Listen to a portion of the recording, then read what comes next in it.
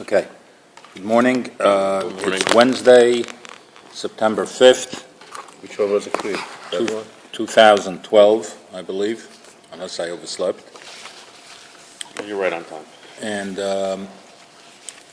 we're just going to skip a little bit. I wanted to finish more of the halachas of Shmona Esrei, which we definitely will have to get back to, but I can't find the Mishnah Brewer on that. And so we're going to jump ahead. And when we finish Shmona Esrei, we do the Chazan repeats the allowed Shmona Esrei. We say Kedusha, and then we don't do it here in America, except on certain holidays, but we do what's called Nesias Kapayim. It means the raising of your arms. Who does that? Benny. And people like him, people of his persuasion. They have to be Cohanim. Now the question is, how many people do you need to do Birchas Kohanim? Now there's actually three parts of Birchas Kohanim. You can divide it up in three parts. There's the part that you just say Yivrecha Hashem Yishmerecha Yor Hashem Panav Elecha V'Chaneku Yis Hashem Panav Elecha V'Yisam Lecha Shalom.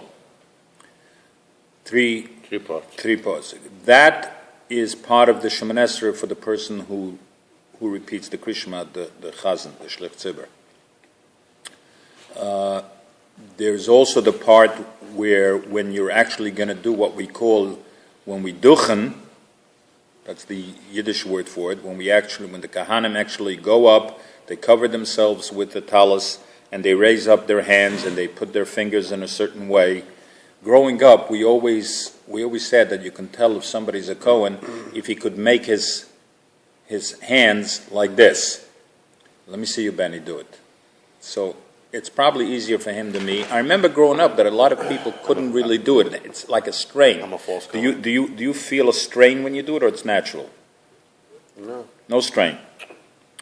I wasn't a Trekkie, a Star Trek fan, but I understand that what's his name? Nimoy. Leonard Nimoy. He did that. That was his sign in the movie or in the show. Oh, yeah, that was his sign. Yeah. He's a Kohen too, I hear. I know he's Jewish. I don't know if he's a Kohen or not. Now, so that in America we don't do that. Do they do it in the Sephardi shuls every day? Yeah. Every day you go up? Yeah. Oh yeah. Every day. Oh. Even Yerushalayim, the Ashkenazi go every day. Yeah, I'm saying in Yerushalayim I see it when I daven by the Kaisel. Ashkenazi people do it every day. Your people do it Every day. But here in America, like in this shul and in any shul that I've ever been to, because I don't usually daven in a Sephardi shul. Only on high holidays. We do it on the not just the high holidays, the three regular holidays, which is Pesach, Shavuos, Sukkot, Passover, Pentecost, and Tabernacles. What about Yom Kippur? You do? We don't. Yes, we do it Yom Kippur. Yeah, I believe we do. Yeah, I think we do. And we do Rosh Hashanah, and we do it Shmini Atzeres, and all the days you think you should do it, you do it. Right, and we do it. Abbreviated version on some Right. If it falls on a Shabbos, there is a prayer that we say after each verse. It starts with Rabboni Shalom. Rabboni Shalom means the master of the world. Shabbos you don't say it. Shabbos we don't say it. Right. So I always make a joke, and some people don't like it, but you know what? You have to get a sense of humor, because certainly I don't mean to diminish Hashem's. I said no. That's like what you said, but I said sometimes a Kohen is on a greater level than Hashem. Why? Because sometimes we can duchen without the Rabboni Shalom, but you can never duchen without a Kohen.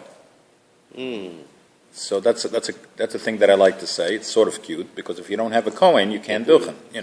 Yet sometimes we duchen and we don't say the Rabboni Shalom specifically on Shabbos. I don't remember if we say it on Yom Kippur or not, because Yom Kippur is considered Shabbos on The ultimate Shabbos What's is Yom the Kippur. reason the Ashkenazi people, they don't do Duchan? Because in Beit HaMikdash, this is the Cohanim go do every day Avodah. Right, In Beit HaMikdash. Based on that, we do Duchan. right. I don't know. You will find out as you sit in this class that there's more things that I don't know than I do know. So Not everybody knows everything. what? Not everybody Not knows. everybody knows everything. It was I wish I knew what I forgot. a king had a very wise minister, Yeah. and he wanted to show off how smart his minister is. Right. So he invited all these, friends that from other kingdom. They came to his palace to show off his. So he go to the minister. Is it true that you know everything? He said, no, it's not true. Said, why are you embarrassing? He said, everything everybody knows, and everybody's not born yet. Right. That's right. Everything everybody knows, and everybody is not born yet. Exactly. I think one of the most important things to know in life is to know that you don't know everything. Mm-hmm. If you know you don't know everything, then chances are there'll be less fights in this world. You know, when people have an argument, a fight, or whatever, morning, they're so adamant in their position because they can't believe that the other person would be correct. They think they're the only ones that can be correct. Nevertheless, as we said before, that we need a Kohen to duchen, but that's not so push-it. There's a lot of discussion about that, whether a Yisrael can duchen, and certainly a Yisrael can say those brachas, those phrases, Yirecha Hashem. We learn now the duchening from the Torah because it says Kol Savarcho is Bnei Yisrael. Like this, you should bless the Jews. Morning, Rabbi. Morning. So from there, we learn out that we should bench them, and the word ko is a chaf and a hey, which is 25, and that's how many words there are in the Birchas Cohanim. Now, here's the question: can a Kohen duchen if there aren't 10 people? No. Okay. So, like anything else, whenever something's davar shebekadusha, anything which is holy, you need a minyan. That's why for davening you need a minyan. For kaddish you need a minyan. For you. Yes. Let's say that the 10 people in the shul are 10 kohanim. Then what are you going to do? Oh, so Benny was mechavan. How do you say the English word for mechavan? He, Tad is here. I just saw his what? Head of the game? No, mechavan means he was able to foresee. How do you Concept. say? Linear thinking. No. Mechavan means like if I, Read your mind. huh? Read your mind. Like sort of read my mind, Next step. but not read my mind, but sort of read the halachas mind, the Mishnah, the actually Shulchan Aruch, because the halachas of Nesias Kapayim of duchening starts off with Ein Nesias Kapayim b'pochas miyud. You cannot do Birchas Cohanim if there are less than 10. And to answer Benny's question, v'hakahanim me'aminyan, and Kohanim can be part of those 10.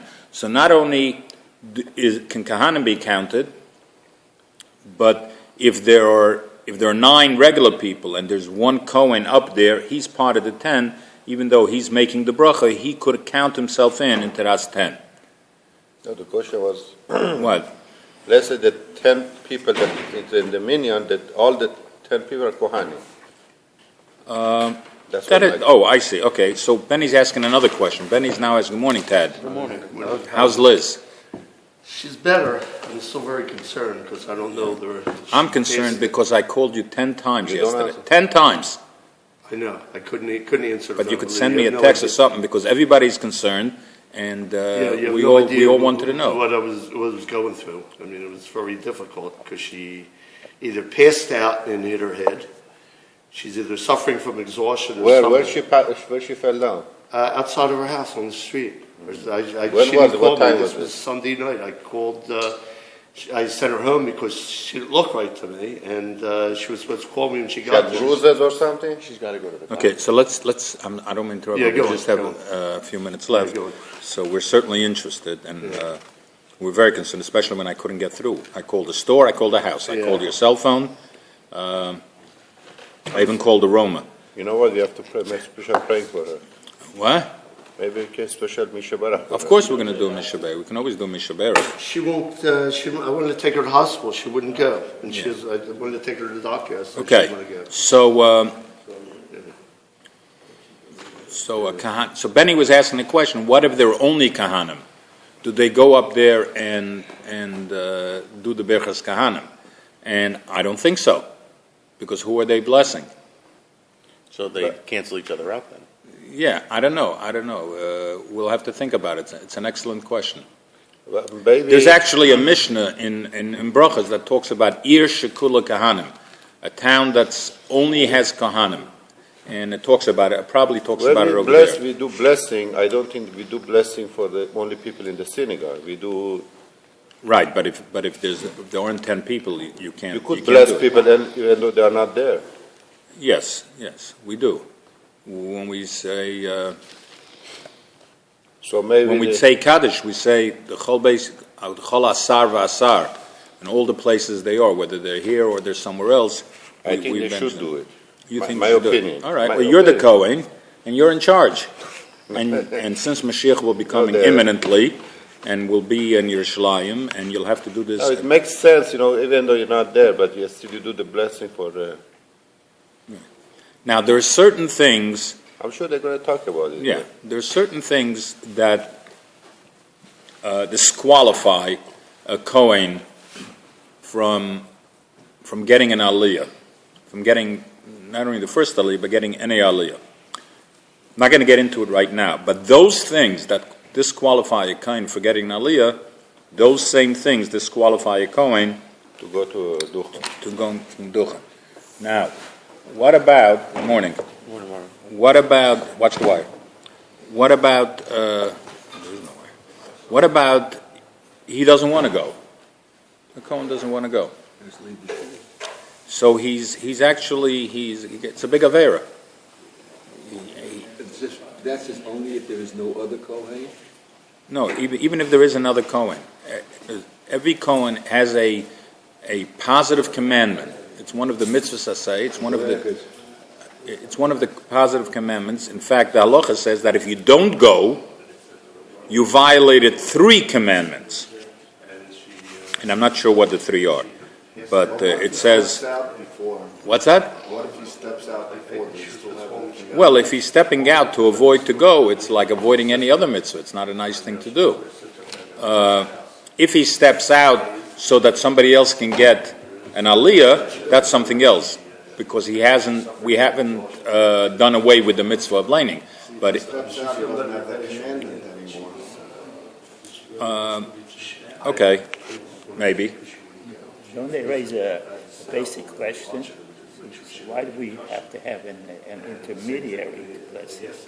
To speak. I Okay. said blesses it. Okay, I said, why Hashem empowered Aharon and his children to bless us? The rabbi is saying, why do we need that? Why don't we just get it straight from God? God blesses Okay. to speak. All right. And secondly, who's going to bless the Cohanim? Right. See, so that's why it says, Ani Avochem. Oh, so that's right. So Hashem will bless. I said it, but Hashem will bless the Kahana. who's going to Now, Maybe God busy somewhere else. if the Kohen, let's say a Kohen davened in the Young Israel this morning, and then he came over here, is he obligated to do it again? Yeah. No. The answer is no. There is no other Kohen. He can't. He can't make the bracha anymore. Even if there's Only once a day he's allowed to make that bracha. what happens if there's no Kohen in this shul? For a lot of luck. He could possibly do it without a bracha, and by the same token,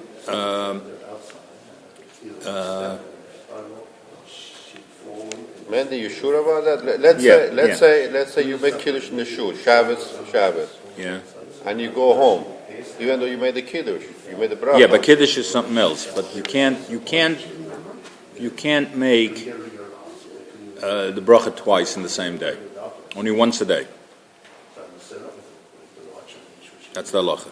We make a lot of bracha 10 times a day. No, if you make Kiddush in shul, because you're having something in shul, then you go home, it's Mokom Suda, you have to... No, yeah, because it's different people. You try to yotze different people. The same thing. You went to different shul. You did what you had to do. Then you come here to different people. Obviously, he's saying Birkas. Okay, so the Mishnah Berurah says that if he did go up there, let's assume the Cohen already did it in the Young Israel, then he came here, and he did go up there. If he did go up there, then he should make the bracha. But he shouldn't really go up there. But if he did, then he should make the bracha. You're killing something which is really, really essential, and it's a big avera. The avera is you are not supposed to make a bracha on Wayne. On what? Wayne. In vain. On vain. Yeah. So you permitting to make a bracha something, so you should stop it. Okay, so it looks like it's more. You should stop it Looks because like that. you're doing a bigger avera than they just going to make a. Okay, we'll. Yeah, so my question. I understand what your question is. Okay, now. If really it's not good, you should not let them go. I mean, if you go, excuse me, Shimon, come down. I understand what you're saying.